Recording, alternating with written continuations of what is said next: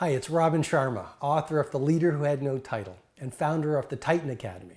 And I'm uber excited to share this high-impact training video filled with cutting-edge information on you becoming world-class in your mindset, in your performance, and in your life with you. You're absolutely going to adore the fresh, mind-bending, and behavior-shifting insights and winning moves that I'll be sharing with you throughout this session that I've made with utter devotion to you doing your greatest work and living your finest life. The reality, increasingly being confirmed by very good science, is that every single human being alive today has the potential to become BIW, best in world, at something, and lead lives that not only fill us with intense happiness, but contribute to the construction of a better world. But shortly after we're born into this opportunity for original genius, the people and messaging around us starts its job of installing the limits and blockages that eventually hypnotize us into betraying our natural power and experience gorgeous lives we'll be proud of at the end. This video is your antidote to self-sabotage. This video is your loving right-angle turn from any form of weak performance into a whole new operating system of legendary performance. This video is a call to action for anyone feeling stuck or frustrated, good but not great, and sensing that your life was meant to be exponentially more than what you're experiencing today. And so I've crafted this video for you, poured a ton of heart into it, and it's called The 7 Unwritten Laws That Only Game Changers Know. I'm about to walk you through the little-known mental architectures and core beliefs that people ranging from visionary entrepreneur and Tesla creator Elon Musk, basketball legend Shaquille O'Neal, billionaire financier Sir John Templeton, media titan Oprah Winfrey, and pop culture icon Kanye West, to the great geniuses of history like William Shakespeare, Leonardo da Vinci, and Roman Emperor Marcus Aurelius ran through their brains on a daily basis to generate the epic results that these rare air producers release to the world. Along the way, you'll be subtly exposing your conscious mind to transformational ideas that will change the way you think, your unconscious mind to insights that will influence the way you behave, and your spirit to content that will change the way you feel about your ability to make the highest version of your bravest visions come to life, elegantly and swiftly.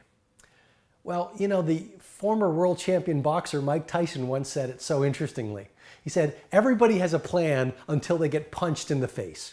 And this free training video I've made to really help you will also teach you how game changers leverage disappointment and adversity into unmatched opportunity, how they use fear as a practice field for personal mastery, and the best ways the best performers use what breaks their hearts to open their hearts for even greater creativity, skill, wisdom, and compassion. Please get this. According to fresh research, the average person in our society is exposed to 63,000 words of information on an average day, is distracted by interruptions every 11 minutes, and checks their smartphones 110 times. I want to underline that for you, 110 times between the time they wake up and the time they go to sleep. And I guess what I'm suggesting to you is an addiction to distraction is the death of your creative production. There are so many people in the world today suffering from what I call broken focus syndrome. I know you're busy, but my promise to you is if you'll make the time to protect your focus from distractions and commit to watching this video that I've crafted for you with vast devotion and passion for your success, all the way to the very end, 3 things will happen to you by the time this video is over. Number 1, you'll know information that less than 0.0001% of the people in the world know about what it takes to make a master and how ordinary people can become game changers, who lead their fields, who enjoy immensely rewarding lives and massively lift the world via their lives. Number 2, you'll ignite the fire in the belly to get your big dreams done and spark within your heart that too many people have allowed to be put out by the stresses of daily life, the messages of their critics, and the negative thinking of the energy vampires around them. Number 3, you'll understand your personal blocks to unleashing your talents, power, and confidence within you so you can swiftly move through them. And the very fact, I gotta emphasize this and almost congratulate you, the very fact that you're here with me right now tells me you're the kind of person who watches valuable training right to the end versus someone who snacks on good information and bounces around without any serious commitment to your growth. And again, I want to congratulate you for that. The fact you're here with me right now also tells me you are the kind of person who does not only eat up great ideas, but acts on them. So you make big things happen in the most important areas of your life. Key principle, ideation without execution is mere delusion. Okay, in case you don't know me, please allow me to take a few minutes just to share my backstory. I come from humble beginnings, very humble beginnings. No privileged background, no special talents, zero exceptional resources. I've been very candidly to the mountaintop of success, and I've walked through the darkness of the valley of defeat. But life lacks color and richness and depth without a taste of both. I grew up in a small town of about 2,000 people, and I've never really fit in, or I've had that feeling I've never really fit in. I'm an introvert by nature, like a lot of creative people, and I've spent a lot of time living in my mind. I once heard the author of The Life of Pi say, he lives a life in the mind. A lot of people told me, maybe just like people told you, I wouldn't amount to very much, that I didn't have what it takes, that I'd never make the cut. Maya Angelou once said it so well. She said, people may forget what you say, people may forget what you do, but no one will ever forget how you make them feel. And in grade 5, when I was 10 years old, an angel showed up when I least expected it. Isn't life like that? Her name was Cora Greenaway, and she had the gift of being able to shine a light on the best in people. And she shone that light on me. Cora Greenaway was my history teacher, and she taught me to believe in me. To this day, I still remember how she made me feel. Bigger, stronger, and braver in her presence. Well, fast forward, it's university, and I decided to become a lawyer, not because it spoke to my heart, not because it was right for me, but because the people around me kept on suggesting that being a lawyer was the fast track to success and fitting in. And so I went to law school, and then I did a master's degree of law, and then I became what most people said was a tremendous success. Only one problem. I'd wake up in the morning and I'd look in the mirror every single day, and I didn't like the person who was looking back at me.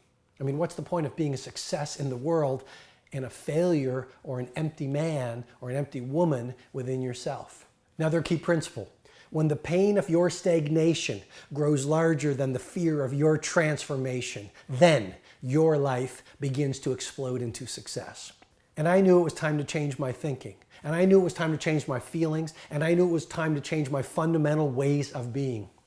And I started off on my big adventure. Just like I hope today will be the beginning of you starting off on your big adventure into your best life.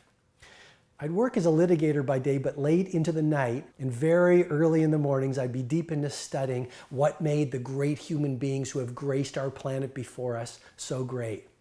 How do those who lead lives of great creativity and courage and conviction and compassion do it while so many of us die at 30 and are buried at 90? How do a small percentage of humans get more done in a few years than most achieve in an entire lifetime? Why do some get crushed by failure and pain and tragedy, and actually that's most of us, while some strong souls somehow find it within them to use that pain and adversity and heartbreak to their advantage? I read hundreds of books, attended seminar after seminar, worked with coaches and elders, business titans, and basically became outright obsessed. You know, an obsession is only an obsession if it's a bad obsession. So I became obsessed with human capacity and capability and the road to human nature and what makes the great ones the great ones. Along the journey, I transformed personally. You know, you cannot help but be exposed to a great idea with somehow your mind not fundamentally being different by that exposure. And along this journey, I transformed. You know, you can't expose your mind to a new idea with somehow your mind, your self-identity, your subconscious mind also being transformed by the exposure to great ideas, which is why this video, why education, why being around people who are thinking bigger than you, playing bigger than you is so fundamentally important to you becoming a game changer. And I opened up a whole new universe within my thinking. I saw the world in just fundamentally different terms. The way I felt when I woke up every morning was vastly better. I had this inexplicable joy growing within me. I felt an internal power I hadn't known. I got more done in a week by what I learned and what I'm going to share with you throughout this video right to the end than most people get done in a year. The way I related to people was different. My whole self-concept began to change.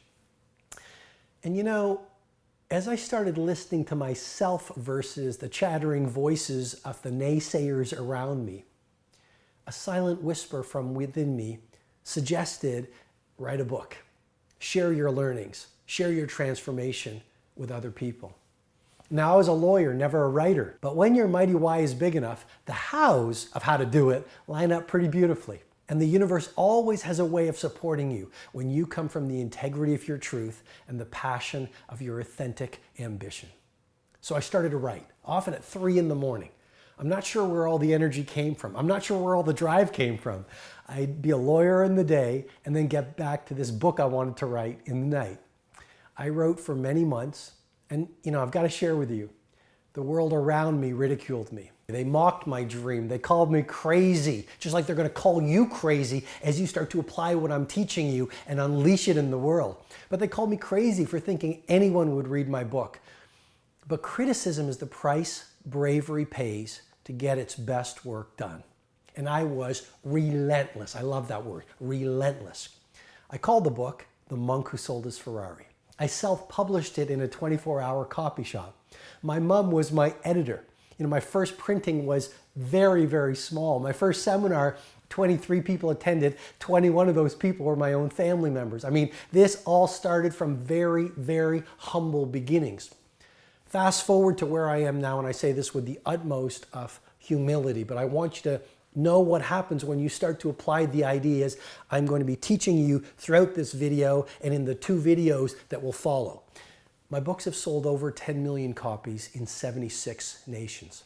I've been blessed across the planet many, many times, speaking at events by many of the best known companies in the world, including Nike and FedEx, General Electric, Oracle, Starbucks, IBM, Microsoft. Inc. magazine listed me as one of their top leadership gurus. Success magazine included me in their top 25 influencers across the world. And almost every year, I am so privileged to run the most special event that I do, called the Titan Summit, which brings together many of the smartest, most successful, and kindest people in the world to learn from my faculty of thought leaders on exponential productivity, taking your health and longevity to world class. We also teach at the Titan Summit how to grow a great company. And then the final day's theme, which is perhaps the most exciting, which is using the rest of your life to influence, lift up the entire world so you can make history and take so many people along with you. Faculty members have included Richard Branson, Seth Godin, Shaquille O'Neal, the NBA legend, and other game changers. But please know, just because you're watching me here right now, I'm no different from you. I just learned different ideas and applied different things and wired in different beliefs and discovered different rituals and patterns and architectures that I'm going to share with you. And once you do those things, you will get those results. And this is not a quick fix. I know you're not a quick fix person. Of course, no idea works unless you do the work. You can't be a world-class athlete until you hit the gym. You can't be a world-class chess champion unless you learn and practice. You can't be a world-class mother or entrepreneur unless you do the work, stay with the practice, put in the training, find the right people, learn the right lessons, and then apply them. But when you do on a daily basis, you'll see daily progress. And I also want to tell you, I am a work in progress. Just like you as well, and like every other human being, you know, I make mistakes on a constant basis. If you're not making mistakes regularly, you're playing too small. And I've experienced great victories, as I've shared with you, hopefully with tremendous humility. but I've also endured crushing defeats. Although I've trained my brain to see those as platforms of growth and progress and wisdom building opportunities. Because I've dreamed so big and pushed so hard, I've also fallen very hard. And I've got the scars to show it. I think you're the same. Life is meant to be lived out loud and played in the arena. I so love and adore the quote of Teddy Roosevelt that has got me through a lot of my painful times. It's not the critic who counts, not the man who points out how the strong man stumbles or where the doer of deeds could have done them better.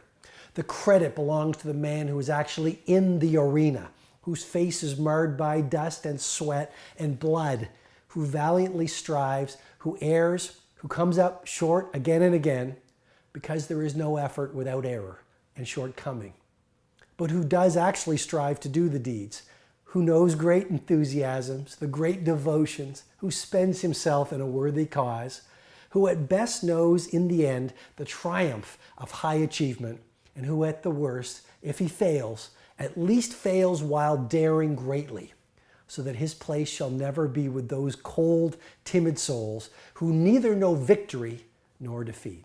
Okay, a few final important suggestions before I walk you through the 7 laws that only game changers know. Please don't fall into the thinking trap that you don't have what it takes to become amazing at what you do and one of the most successful people that you know, and a game changer, a true game changer that inspires all witnesses. It's a total myth destroyed by researchers like Anders Ericsson, the preeminent researcher in the field of great performance, scientists like Roy Baumeister, and positive psychology pioneers like Marty Seligman and thinkers like Howard Gardner, who's done some amazing work on multiple intelligences and what true intelligence really means. And what the myth that they've really debunked is that great skill comes from special talents that you need to be born with and privileged childhoods that you need to be blessed with and lucky breaks. That's just nonsense being debunked by great science. As you're about to learn, the best of the best that you admire, that we all admire and celebrate, were no smarter, no gifted, no richer, no genetically inclined more than the person next door to you and you yourself. They just did different things and they learned different concepts. And when you start learning what they know and doing what they do consistently, you're going to get the results that they get.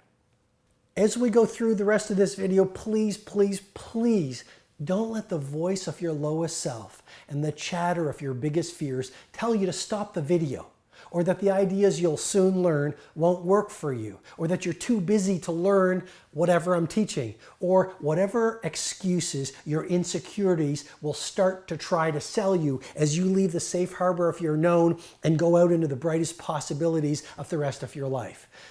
I guess I want you to remember this powerful thought. Your fears are not real. Your fears are just an emotion. They're neither good nor bad. They just are.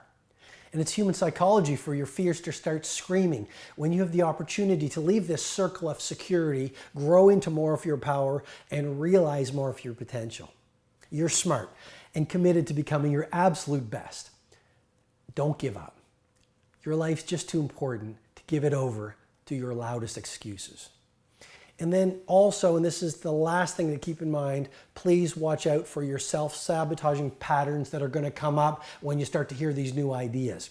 And they are new ideas and they're very fresh and many of them you've never heard before. And the patterns that will self-sabotage you sound like this. I've heard all of this before. Or I don't agree with this, with what this bald man in the black shirt is teaching me, so it's wrong. Or that might be fine for Robin and the billionaires that he coaches privately, or those who show up at the Titan Summit, but I'm just an ordinary person, so what he's sharing is not practical for me. Everything I'm sharing with you is perfectly practical for you, and it will work if you do the work and you open up your mind to what I'm sharing with you. Please don't shoot the messenger as an escape route for the changes the best part of you knows you need to make. You're watching this for a reason, because you're ready to transform. And what you're about to learn will transform you as you apply it. What you're about to learn in the next 2 training videos I'm going to share with you will transform you, because they've transformed millions of the people I've been blessed to work with over the 20 years of devotion I've been in this field of leadership, epic performance, helping ordinary people scale their internal brilliance to world class. But the ego is a sneaky beast. It's brilliant. I mean, the fears within are brilliant, and they're vicious. And they know that as you rise to your brilliance, it's going to die. Your fear is going to crumble, and it's going to lose its hold over you. So this self-saboteur that lies deep in the murky waters of your unconscious self, where the real work is to be done, will start to come up as you start to transform and learn. And all these limiting messages that, if you're not careful and really awake, you'll actually believe they're true.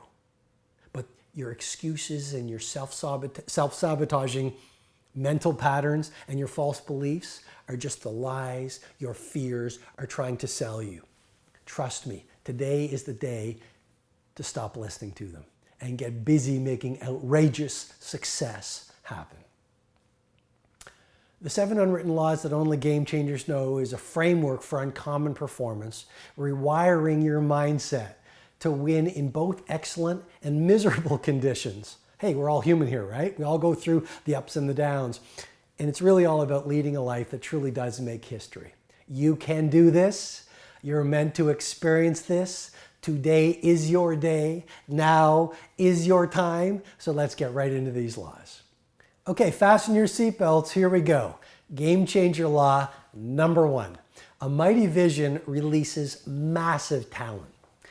As a child, you had a natural sparkle in your eye. You never want to lose that sparkle. You were hardwired to dream bold, juicy, ingenious, and inspiring dreams. But as you grew, that audacity was smothered deep within you. You were told to be sensible and practical and responsible. What a word, responsible.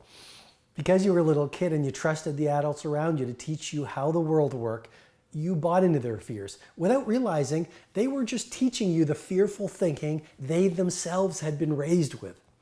And so you stopped tending to your dreams. You lost private access to your power. You began to play small, and the sparkle within your eyes went dim. The main value of the past is what it's made of you in the present. And today is the ideal day to start your best life. 6 months from now, my guess is that you'll have wished you began today, so why wait? Let go of any form of average, lift up your expectations and your standards, and get seriously unreasonable with yourself and your dreams. Because here's the real key I'm trying to suggest to you. The bigger your dream, the more talent gets released from within you as you walk towards it. I'm going to repeat that again because it's so important. The bigger your dream, the more talent gets released from within you. The problem is most people don't have the confidence and self-belief to set an audacious vision that awakens the greatness that sleeps within them. One of my favorite pieces of wisdom, I love wisdom, I love quotes, I love a lot of the old literature because there's so much to be learned from it. And the playwright George Bernard Shaw said it so beautifully. He said, "The unreasonable man adapts himself to the world. The unreasonable one persists in trying to adapt the world to himself. Therefore, all progress depends on the unreasonable man." Today, together, you begin your journey into the unreasonable. And please know, I am here to help, encourage, inspire, and support you at every step along the way. We are in this together as of today. The starting point for you, though, is to start the process of discovering what I call your compelling cause. We're hardwired neurobiologically to come to life, to really come to life, once we discover a vision and a purpose that speaks to us at an emotional level. This truth explains why great producers like Steve Jobs, William Shakespeare, Leonardo da Vinci, Warren Buffett, John Coltrane were able to create and deliver as much epic work as they did. They were cause fueled. That's what law number 1 of a game changer really is. One big example, Elon Musk, born in 1971 in South Africa. From an early age, he sort of viewed the world through a different filter. He coded his first computer game at 12 and sold it to a computer magazine for $500. after moving to Canada and then to the United States, where he joined Stanford's PhD program. He and his brother started their company called Zip2. After only a few years in business, given it was during these 1990s and the internet frenzy, they sold it to a company called Compaq, which you've heard, for $307 million. Musk was 27. His next company was X.com, which morphed into PayPal, which he netted $100 million on when eBay bought it. Well, rather than retiring to some villa in the Caribbean and coasting through the rest of his life in extreme wealth, Musk did the unfathomable.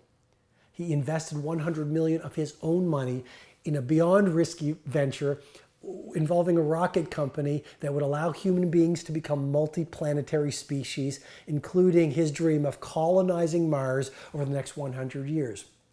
Then he also started, at the same time pretty much, an electric car company called Tesla in a world where no electric car company had ever been created.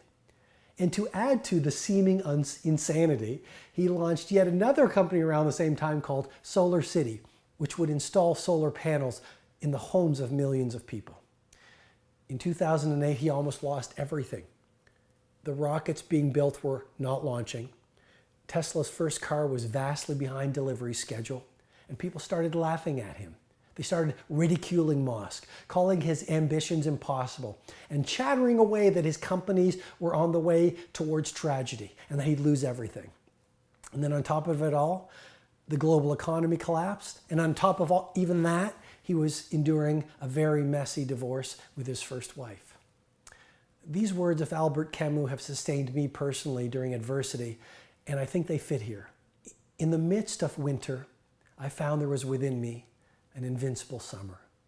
And that makes me happy. For it says that no matter how hard the world pushes against me, within me, there's something stronger, something better, pushing right back. In the midst of this personal winter that Elon Musk found within himself, something bigger than his adversity, and he pushed right back. And life replied to his bravery, born of a mighty vision, with even more success. Within a few months, the fourth rocket launched by SpaceX was finally a success. And NASA decided to make a big bet on Musk and gave him a $1.6 billion contract. And Tesla course corrected, and investors, including Daimler, stepped up and saved the company. Well, the results are exciting for me to share with you right now. SpaceX is valued at many billions of dollars. His outrageous dream is coming true. And it's a widely respected pioneer in the rocket field. Tesla, this brave and ridiculous idea of an electric car company, is a leader in the electric car company arena. And I love what Elon Musk himself said. He said, if something is important enough to you, you should try, even if the probable outcome is failure. I watched a video where he was speaking at Stanford University, and he said, the first two companies, SpaceX and Tesla, the likelihood of success was less than 50%, but it was something important, so it needed to be done. This is what law number one is all about. You want to be a game changer, you need to have these audacious, scary goals that almost frighten you when you look at them written on the printed page. But once you set that goal and you 20x your life and you say, I feel scared, but I need to do this, whether it's being a better baker, a better taxi driver, a better mother or father, starting something like a nonprofit in your field, being the best entrepreneur in your community, being an awesome teacher, being a great marathoner. I don't know what your dream is deep in your heart, but you need to get it done. And if you don't write it down and then start the process of executing around it, not next month, not next year, but today, and then start the process, you will not only die with your greatest dreams left within you, but you will not evoke and elicit the talent that is slumbering within you. And I guess what I'm suggesting, probably not very elegantly, but it's setting the mighty vision starts the process of your mighty vision coming true.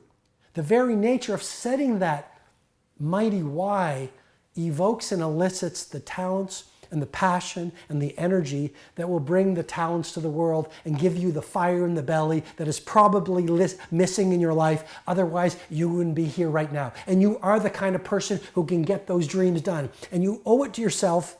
It's like not only your duty to do it, because then you honor the talents you were born into, But it's your duty to your family. It's your duty to the people you work with. It's your duty to your community. It's your duty to the world, because the world will be better and benefit by your talents being in the world. And not only that, but your living your highest expression of your deepest vision will inspire us, and you're going to show us what's impossible in a world where there is such a race to the bottom. Okay, so that's a little bit of my rant in this video, but I just want you to think about Elon Musk, and I want you to be the Elon Musk of your work and your life beginning now. So the big question becomes, how did Musk really do it? And as I've been suggesting, in one line, he was driven by a deeply compelling cause. More than any other human being on the planet today, I believe so, Musk is obsessed with helping elevate humanity. And it's all driven by a powerful, game-changing vision to improve the very fate of humanity. The drive behind SpaceX is and was to save the world's population crisis. The commitment behind Tesla is to remove the dependence on fossil fuels the world has and save the environment and develop alternate forms of energy. And that's the same with Solar City. And we're hearing more and more about, I think the time is ready. The world is ready. Business is ready. People are ready to hear, you've got to know your purpose. When I started out, people sort of laughed at that. They say, well, that's too pie in the sky. But, probably 15 years ago, I wrote a book called Leadership Wisdom from the Monk Who Sold His Ferrari. In a time where people were not talking about their why and their purpose and their mighty cause, which has become very sexy right now, I wrote a chapter called Link Paycheck to Purpose. Link paycheck to purpose. And I talked about you've got to know your compelling cause. And you really do have to know your compelling cause beginning today, which is what this law number 1 is really all about. We're just about to get to game changer law number 2. But I want to mention as well what Elon Musk did was not about ego, not about money, not about fame, not about external power. It was about getting the gorgeous vision that would raise humanity done with excellence and speed. Martin Luther King Jr. said it so much better than I ever could when he said, unless you found a cause you're willing to die for, you're not fit to live. Be in service of something bigger than yourself, and the byproduct is worldly fame. Steve Jobs, his cause was to bring beautifully designed objects to the world to make their lives better. Taylor Swift, you might not love her, or you might love her, but she's a game changer in the music industry. And she was fueled by a cause, and is.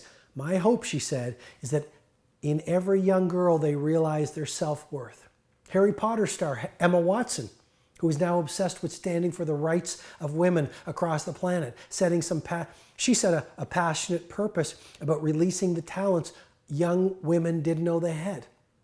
And so I guess what I'm suggesting to you is if you lead from your ego, and if you make it all about money and fame and power, your focus and your acumen and your drive and your obsession will be off the creativity and the vision and the fire in the belly that will get you all those otherworldly things guaranteed. And before I end on this first law, you don't have to be an Elon Musk. You don't have to be a Steve Jobs. You don't have to be a Thomas Edison or even a Mother Teresa to find the cause that evokes your brightest talent. There was a Johannesburg janitor that I met when I went into the men's room or the bathroom or the restroom, whatever you called it, and wherever from across the world you're watching this video. And as I walked into this restroom, his eyes lit up and he said, "Welcome to my office." This man was a janitor, but he cleaned the washroom in the Johannesburg men's room like Mozart composed music and like Van Gogh did his paintings. Why? Because he actually told me he sees himself as an ambassador of South Africa, and that every single person who walks into that place where he is blessed to work and make his living, he can have the opportunity to lift them up a little bit. I was on an airplane a little while ago, and the flight attendant said, "We don't have the green tea that you want, but in my purse I have some. I'd be blessed to share it with you." She understood and is driven by some cause, which is every day is an opportunity to influence and lift up the world one person at a time. I was in New York City from LaGuardia going into Manhattan, and there was a taxi driver. He was not an Elon Musk, but he was the Elon Musk of his own life. And he said, "I dress the way I do and my cab is the way it is, which is impeccable because this is not a dirty job and I am all about making a difference." You know the teacher in your community, and you know the barista in your coffee shop, and these are the true game changers in many ways because they have found something bigger than themselves that they're investing their life in. Okay, great job being with me so far. We're ready for game changer law number 2. You don't get lucky, you make lucky. The world sells us a series of lies about what it takes to lead a life that wows all witnesses. Society trains us to believe from a pretty young age that those among us who express great skill, achieve awesome results, and rise to iconic are cut from a different cloth. That they have uncommon genetics, have divinely blessed talents, and other worldly gifts that make them exceptional from the rest of us. The average person is then left with the psychology that world-class performance is something that is just not intended for them. Becoming an A player is not within their grasp. Being considered a titan of what they do and how they live has no role in their fate. And so most of us don't even start the process of becoming one, because what would be the point? Key insight I invite you to really wrap your thinking around. Positive psychologists confirm that your perception about your potential determines how much of your potential you will actually bring to life. That's a tremendously important point, so I'll say it again, or suggest it again is probably a better way of saying it. Your perception about your potential determines how much of your potential you'll actually allow to see the light of day. If you don't think you're worth very much, you won't do very much. If your self-identity says you're just the kind of person who needs to spend the best hours of your life watching television in a subdivision, your performance will match that, because your daily behavior always reflects your deepest beliefs. Leading scientists like Stephen Spencer, and you're going to love this, they write about a phenomenon known as stereotype threat, which describes the fact that when people think they're part of a social group that doesn't succeed in a certain area, they perform in a way that exactly matches that internal expectation. What does this mean for you and me?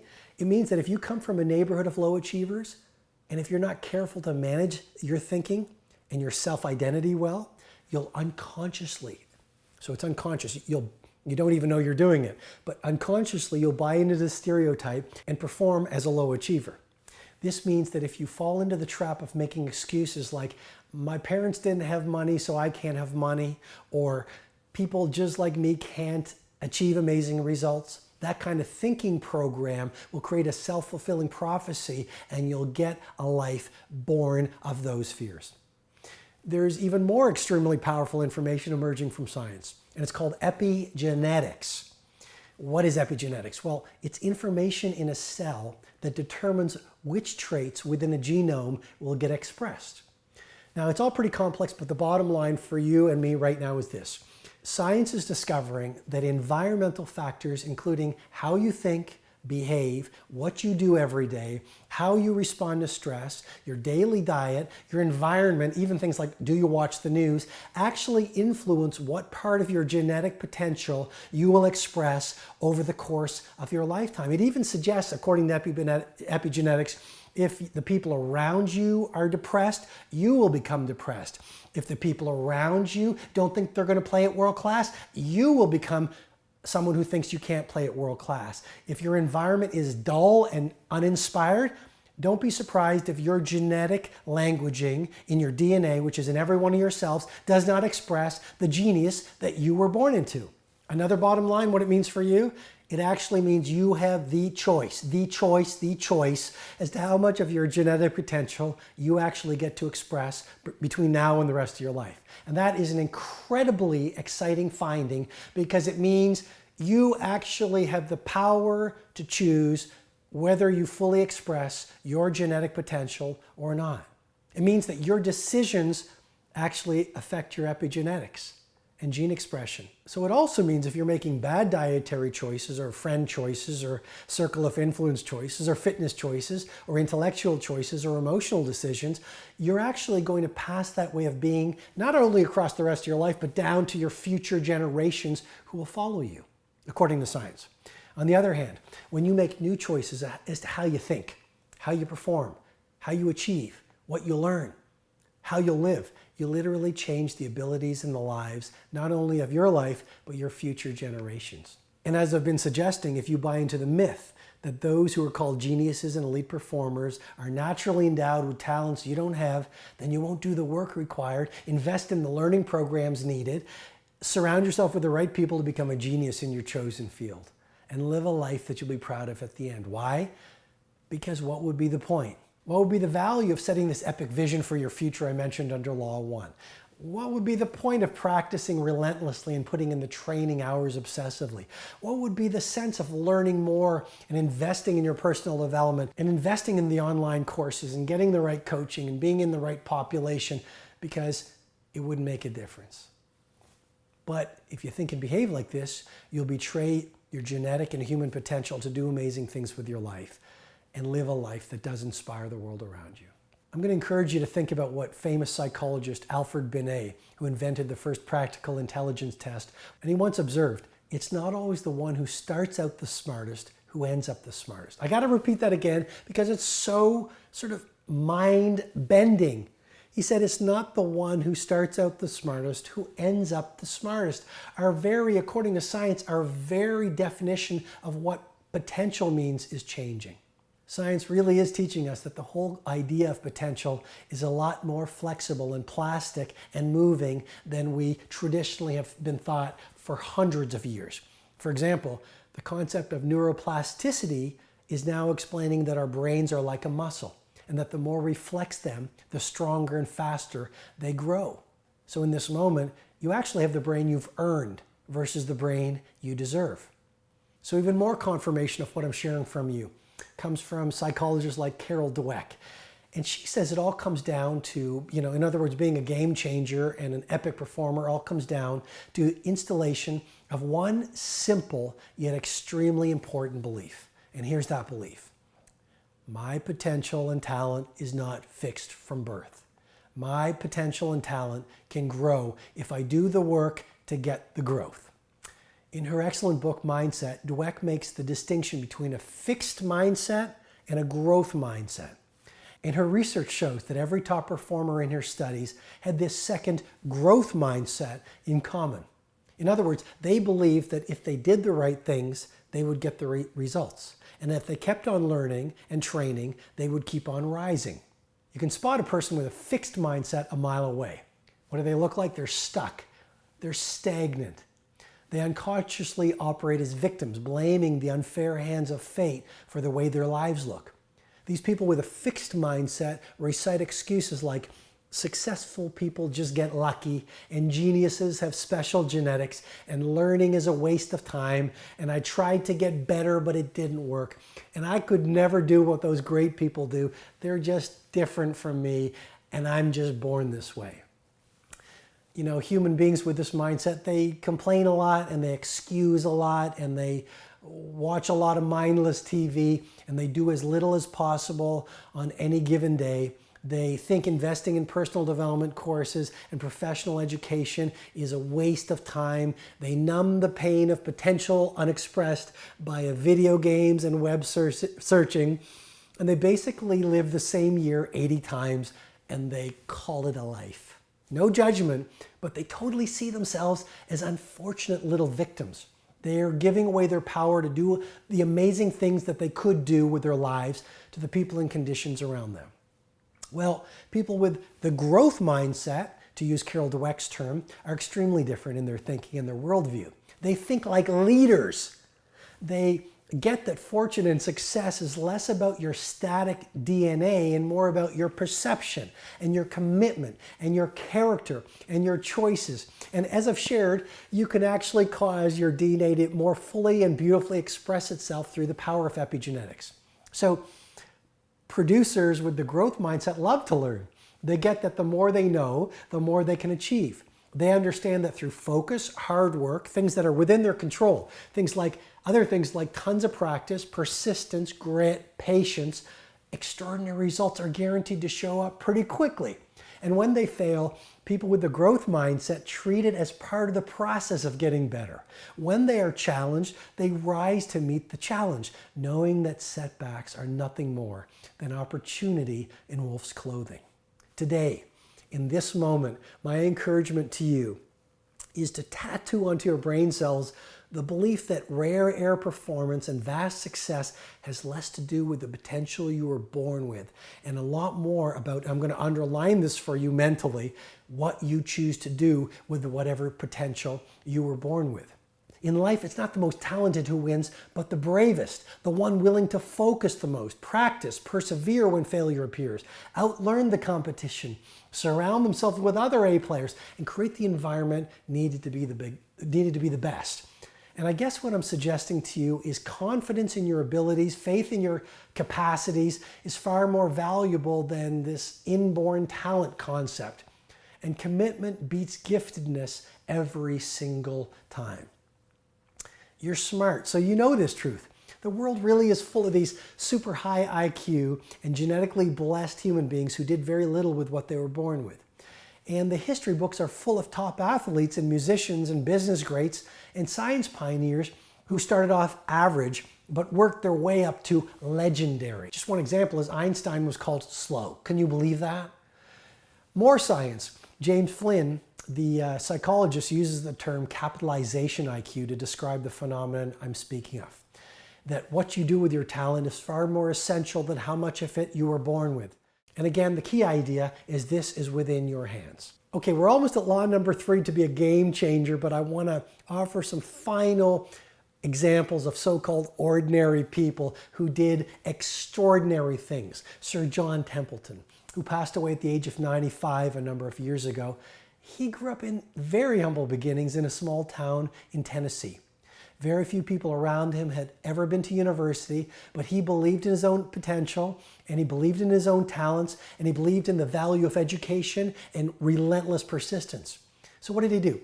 He worked his way into Yale, he paid his way into Yale, and at the age of 26, he borrowed $10,000 to purchase 100 shares in 104 companies that at the time were offering a share for less than $1. 34 of those companies were in bankruptcy. You see what I mean? A bit of bold, crazy vision and how important it is. Because of that, he found it within himself to step into the talents that he was born with. And within a few years, he made a small fortune for this move and formed an investment company that then went about pioneering this unheard of concept at the time of mutual funds. Over the decades, his fortune grew into billions, but he still lived simply, driving his own car, spending most of his days reading and writing, and dedicating himself to philanthropy. Another example as we get to law number 3, which you're going to love, Misty Copeland. I love this example. She could have behaved as a victim. She could have been addicted to her excuses. She could have given away her power as a human being through the tough conditions she experienced. She could have waved the white flag of surrender to the promise of her highest possibilities. But she dug deep, and she made a series of choices that made her now one of the brightest ballet stars in the world and a hero to so many. Here's her backstory. Copeland grew up not knowing her father, living with a number of stepfathers, eventually living in a single room of the Sunset Inn next to a highway and a bunch of liquor stores. She had to take buses to ballet practice, one time missing it and having to walk 13 miles home. But through endless focus, persistence, grit, and practice, Copeland has risen to become the first African-American woman to be named a principal dancer in the 75-year history of the American Ballet Theater. And the final example, a few weeks ago I read about this kid from Kenya, and he was poor as dirt. He didn't get shoes until his teens. He was one of 11 children in his family, yet he longed to run. He wasn't the most gifted, but he was the most committed. He longed to lead his field. He longed to be on the podium of the heroes he would watch and represent his nation as a runner. And again, he wasn't the most gifted, he wasn't the most talented, but through his choices, he expressed his epigenetic potential, and he did some amazing things. And he did the work too, though. He'd run 125 miles a week. And yet, in his day job, he smashed rocks in a quarry to feed himself.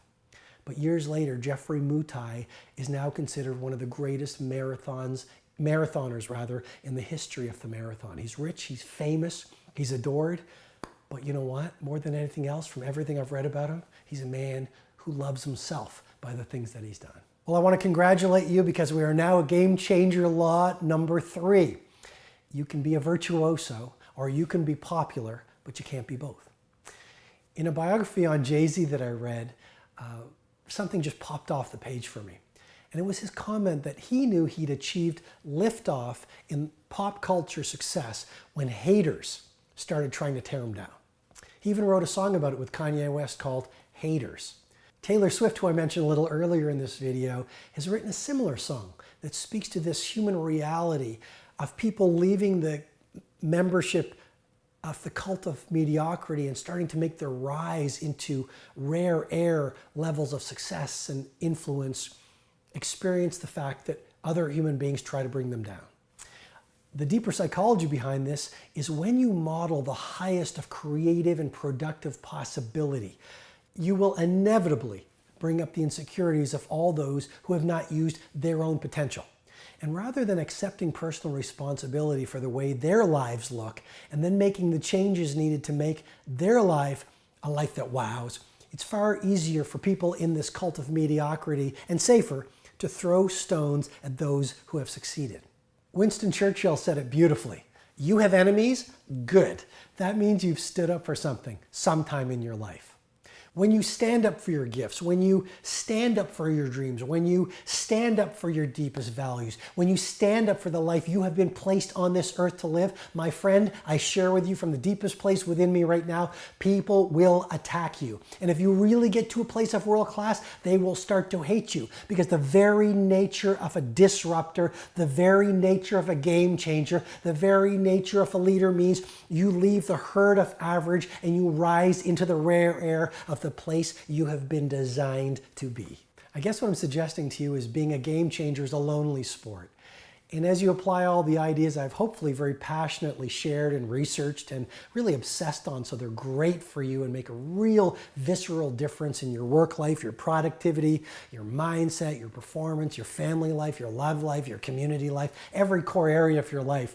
But as you start to do what I'm sharing, you're going to rise to this new level of achievement, results, and impact. Please just expect it, that you'll be criticized and that you'll be condemned and you will be misunderstood.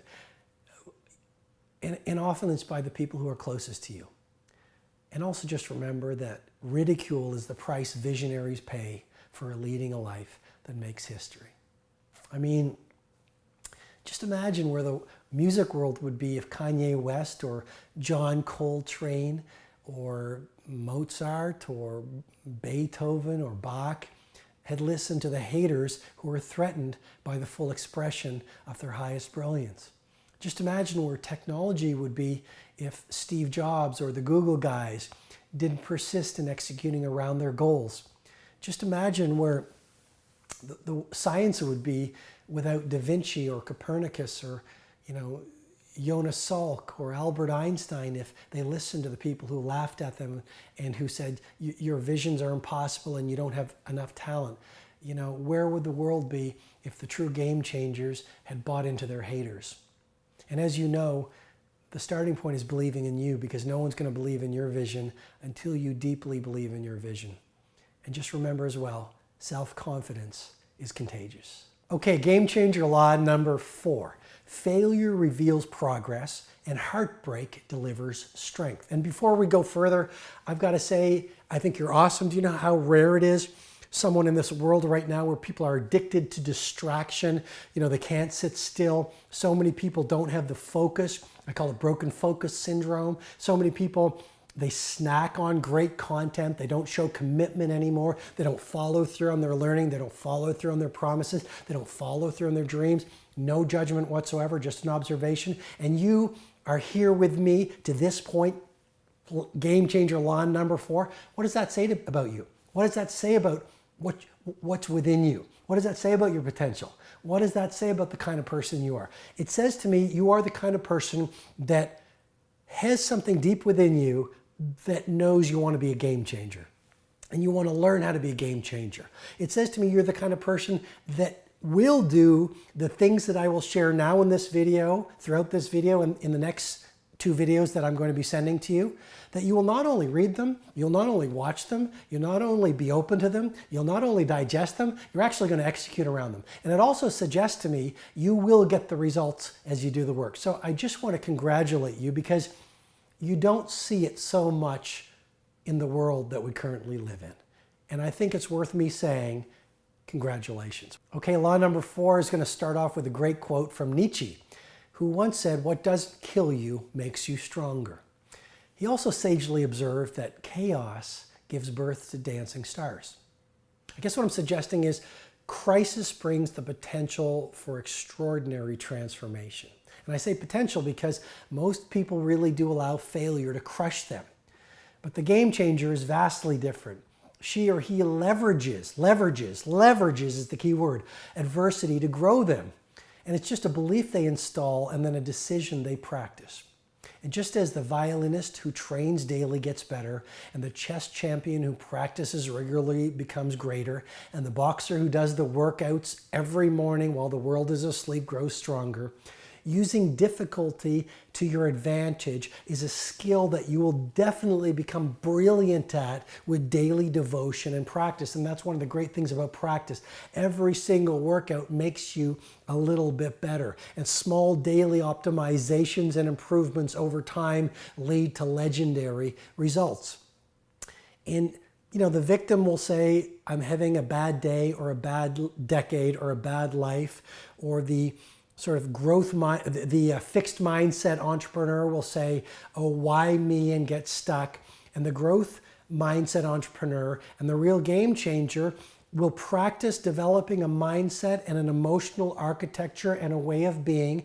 And again, it's not something that's quick fix, but it happens inevitably over weeks and months until it becomes your automatic default, which is exciting for you because it's within your choice and you will get there as you do the work. But the big idea is you will get to a mindset where when you get knocked down, you automatically get up. You will get to a mindset where you actually see hardship as opportunity and beautiful possibility to make yourself and your results even greater. So please just remember this core principle. A problem only becomes a problem if you're running the mental software and have installed the hardwiring architecture and operating system that says problems are problems.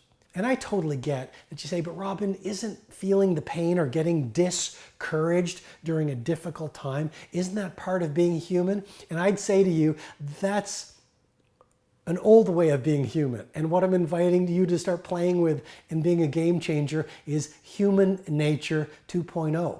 And I want you to start feeling that, yeah, it's human nature in the past for most human beings, according to those old beliefs, to feel that intense hardship is hard. It is at times. And I agree, it's definitely just top 5% thinking to see that something difficult and feeling stuck that has knocked you down can actually lift you up. And I get that this way of being definitely takes practice over the coming days, weeks, and months until you get there. But it's so worth it. If this was easy, everyone would be doing it. If being world class was easy, everyone would be doing it.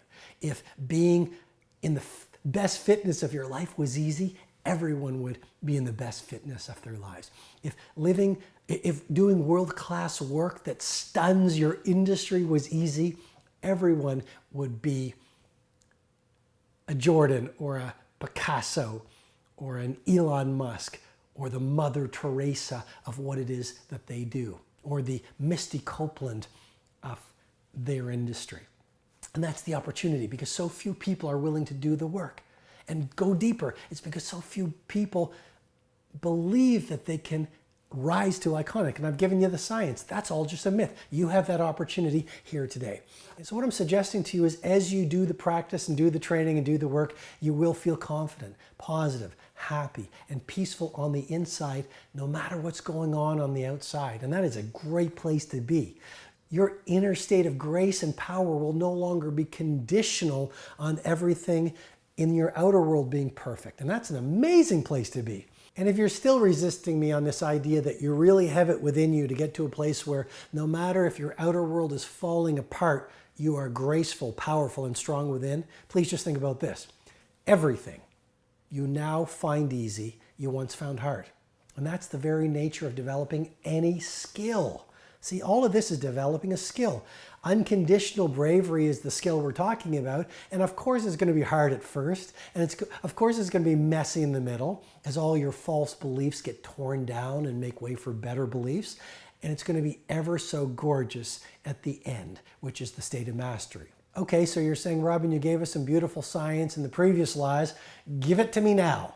Well, science is confirming a lot on what I'm talking about under this law, which is that as human beings, we have been hardwired to grow into this life state where we can stay strong even if our outer life is falling apart, whether it's a business failure or a job loss or a divorce or a health issue. And if you look at what's going on in the global economy right now, and if you look at what's going on geopolitically right now, these are topsy-turvy, messy, dangerous, confusing times for the victim. And these are gorgeous, inspiring, amazing, exciting times for the game changer. I mean, this is a time where a lot of people are going to crumble as we advance into what's coming. Not only economically, but with the world, with industry, with job losses that are going to be coming, with emotional change that what people are going to be going through. It's going to be a messy, messy time of turbulence. And sometimes people say chaos. But for those who are going to apply the things that I've been teaching you, for those committed to being game changers, for those who are going to be practicing the concepts I've been teaching you, this is going to be the best 10 years that you have ever lived until your next 10 years. And you really do want to create an internal state of such power and such invincibility that you no longer need your outer world to be wonderful for you to feel wonderful. You want to build yourself up to the point where you feel wonderful no matter what. Unconditional bravery. So please allow me to share with you some of the cutting edge insights that science is teaching us on dealing with adversity. Number one, stress isn't evil. Stress is actually essential for your finest performance. Stress wakes up your gifts. It wakes up your capacities. It wakes up your abilities. To expand your universe of your potential and your performance, the key is really to push all the way to your limits and a little beyond is what the research says. And as you do so, you're going to leave your safe harbor of the known and sail into the blue ocean of greater achievement. And as you do, what happens is you bring up a very human emotion called fear. And the symptom of fear is stress. It's just part of the process of developing any new skill. And it's just part of the process of growing and expanding your production and your performance. Stress is really just growth coming to get you. The second insight from science is that the key to stress management is actually recovery management. As I mentioned to you, stress is good. The key is to install the right rituals and routines that ensure that you have enough recovery from the stress that you're going to experience as you become an epic performer. In studies of groups like war vets and adults who experience trauma, the ones who actually used the hard times to get better all had similar recovery routines in common. And these are people who practice things like gratitude, which there's a ton of good science coming out, which is gratitude is actually the antidote to fear. It releases the motivational neurotransmitter like dopamine. And it has to be deliberate gratitude, which is you don't just do it once a year. You develop a gratitude practice that's very deliberate. So every day you list 10 things that are blessings in your life. And that might sound a little soft, but actually it affects the way that your brain works. It releases these neurotransmitters, and it also trains your brain to focus on what's good in your life versus what's not working in your life.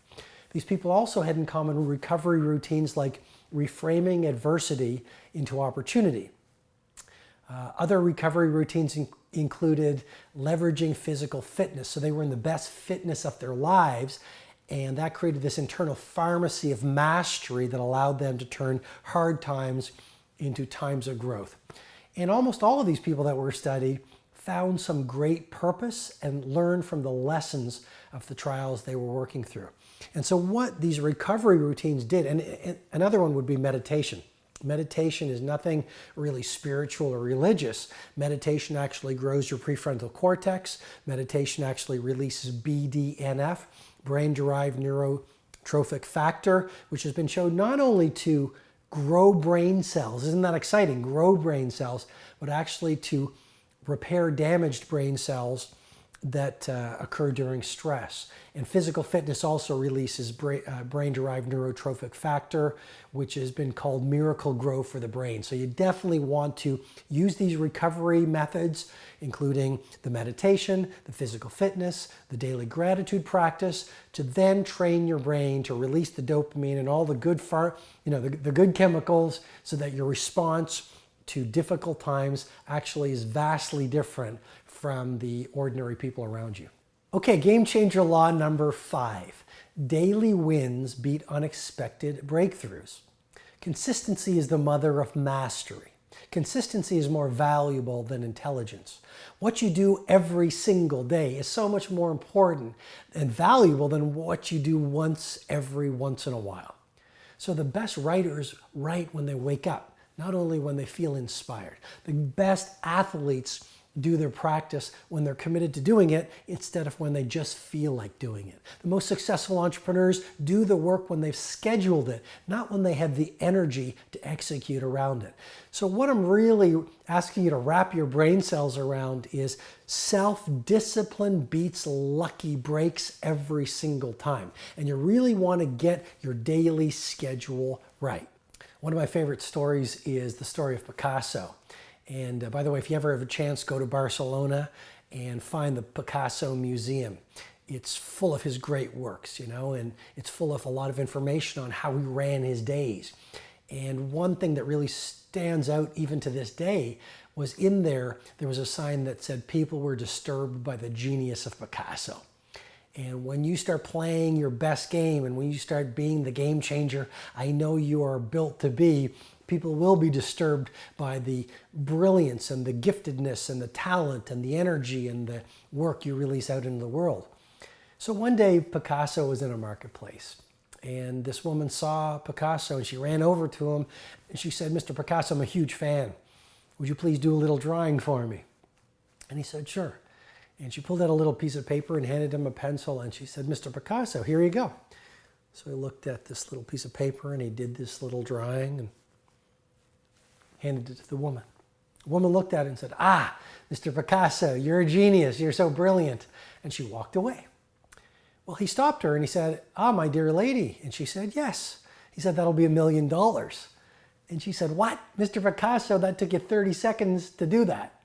And he looked at her and he said, "Well, my dear lady, it took me 30 years of daily focus and running a daily routine and daily consistency to be able to do what I gave to you in 30 seconds.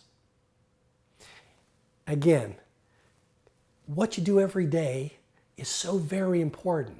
A lot of the great companies or a lot of the great performers, sometimes, it's easy to fall into the seduction that let me have a revolutionary act that allows me to rise to world class.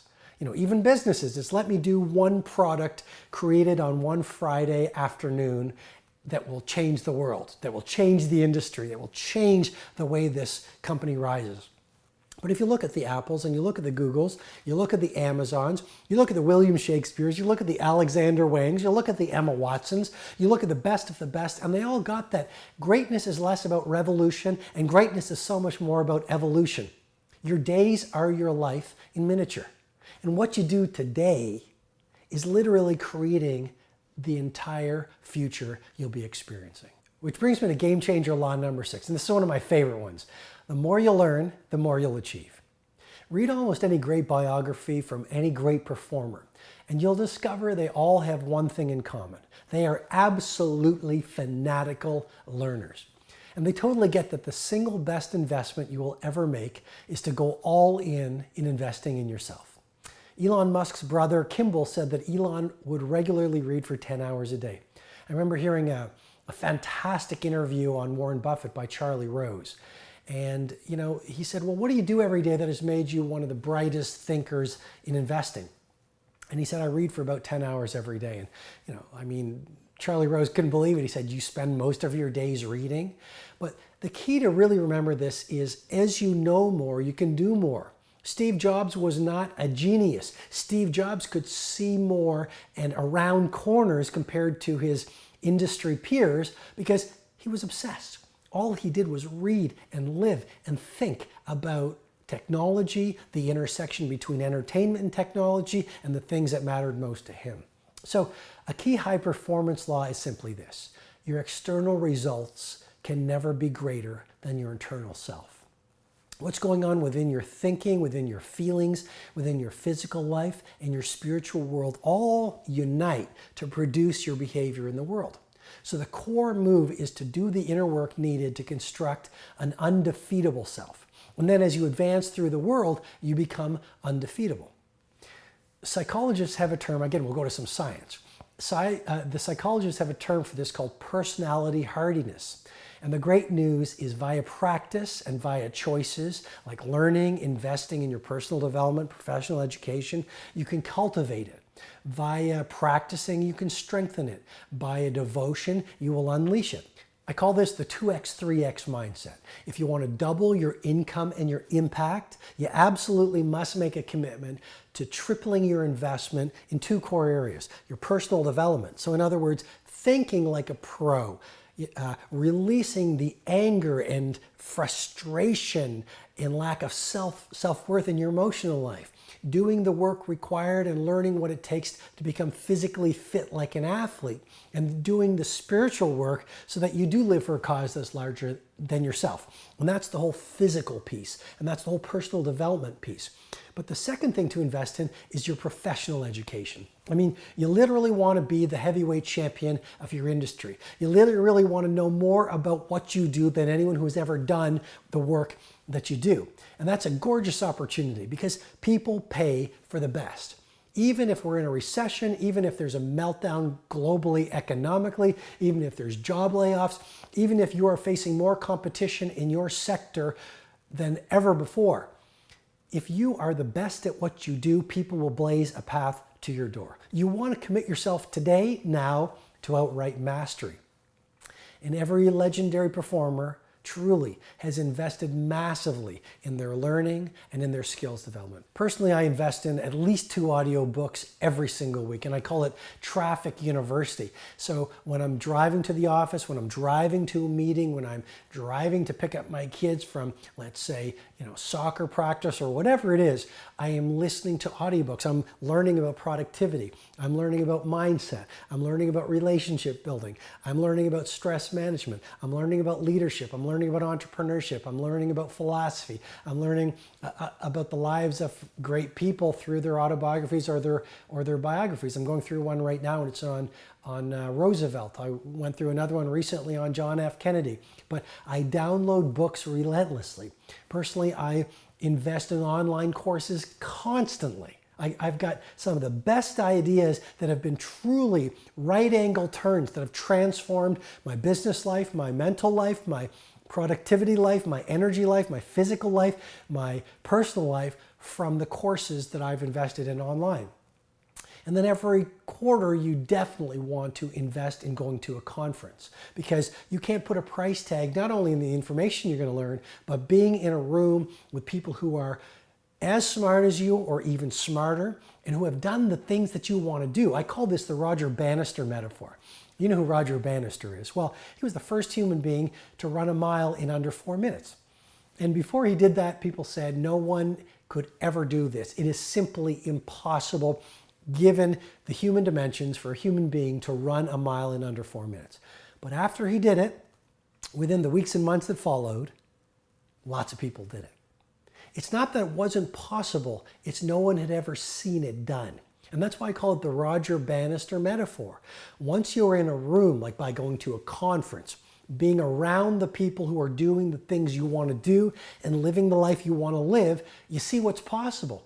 And then you trigger your mirror neurons, and then you trigger their what's called emotional contagion. So you actually pick up their emotions of hope and confidence and possibility, and you leave the conference totally transformed. So I guess what I'm suggesting is an investment in education scales your confidence. Being around big thinkers and game changers shows you what's possible. And if they can do it, you can do it. And here's the real question for you right now. If they can do it, why not you? Education is inoculation against disruption. And as you know more, you can do more. The person who learns the most wins. Okay, almost at law number 7, but I really do just have to share this final idea with you because it's relevant to law number 6. One of the best ideas I've learned from billionaire Warren Buffett is to focus on return on value versus the cost, because it's so easy for your self-saboteur to say, I can't afford this book, or I can't afford this online course, I can't afford to go to things like the Titan Summit that you do every year, Robin, I can't afford good coaching, I can't afford to get a physical trainer, which is another game changer. What I learned from Warren Buffett is this: average performers are constantly worried about the cost of learning. Investing in a book, investing in the course, going to the seminar. But the best of the best think so fundamentally different. If the investment in the learning and education doubles or triples what they pay, then what they paid was actually free. They actually made money on the investment. And that's a fundamentally different way of seeing the world. And I encourage you, whatever it is you do, whether it's the equipment you use for work, whether it's the things you do in your personal life, look at the return on the investment versus just the cost. Game changer law number 7. What you release into the world is donated back to you. And I always think about what my father shared using the words of the great poet Rabindranath Tagore. And Rabindranath Tagore once said, when you were born, you cried while the world rejoiced. Live your life in such a way that when you die, the world cries while you rejoice. It's a fundamental truth, which is even the longest life is a very short ride. And before you know it, you will be at the end. And before you know it, you're on the last hour of your last day. And the human reality is that the CEO gets buried next to the street sweeper. And my friend, what if the things you now think are most important, on the last hour of your last day, you realize those things mattered so little? I don't think when you get to the last hour of your last day, the car you drove, the title on your business card, the size of the house you lived in, whether your peers thought you were cool, whether you were liked by the people around you, whether you had, a certain level of net worth. I don't think all of those shiny toys that society sells us on the true measures of success will be most important when you connect with your mortality. And with deep respect and love, I suggest to you, what will matter most when you get to the very end of your life will really come down to 2 fundamental things. Number 1, who did you become? Did you use whatever potential and gifts you were born into to express them to the world? Who did you become? Did you become brave amidst fear? Did you become loving amidst turmoil? Did you do work that matters? Were you the industry leader of what you did, even if you cleaned toilets? Who did you become? Were you a woman or man of honor and integrity and decency and humanity? And number 2, how many people did you help? I mean, even people with so-called unimportant jobs can change the world. That janitor in the Johannesburg airport changed my life. And to this day, I remember him. And all it takes is one encounter with one person who says, I might not have the big title, and I might not be who the world calls a game changer, but using my own inner power, using my power to transform, my power to do great work, my power to uplift other people, I can, one person at a time, change their world, and that could have a cascading effect through our world. And law number 7 really is about that, which is whatever you give to the world, that is what you're going to receive. You give out great work, great things come to you. You radiate positivity, positivity comes back to you. You keep your promises, great things come back to you. You treat even strangers with decency and respect and optimism. That's what's going to come back to you. You give, that's what you get. And please just remember, life fundamentally is very, very short. The things you do today, it's occurred to me, the things that we all do today that we think are ordinary. Someone took their last breath doing that very thing. When we're born, we take this big inhalation to start our lives. And at the very end, the last thing we do is we exhale. And really, what we do in between those defines our entire life and our legacy. And my great wish to you is you take this information I've so passionately and with such devotion put together in this video, and that you apply it starting today. And when you fall, you get up. And when you get discouraged, you reach in and you find your courage. And you share it with other people. And you actually take this material and you live and you breathe it. So I hope I've been of service to you. I've put together a PDF, which is your homework. Download it, do the exercises. Come back and watch the video over and over again. And as I mentioned, this free video is the first of 3 training videos. And in the next few days, I'm super excited and absolutely amped to be sharing with you the second of the 3 training videos. Definitely check out, look for it in your inbox, and I will talk to you very, very soon. Again, green lights, wishing you all the best, and definitely be the person we both know you can definitely be starting today. Thanks so much. Goodbye.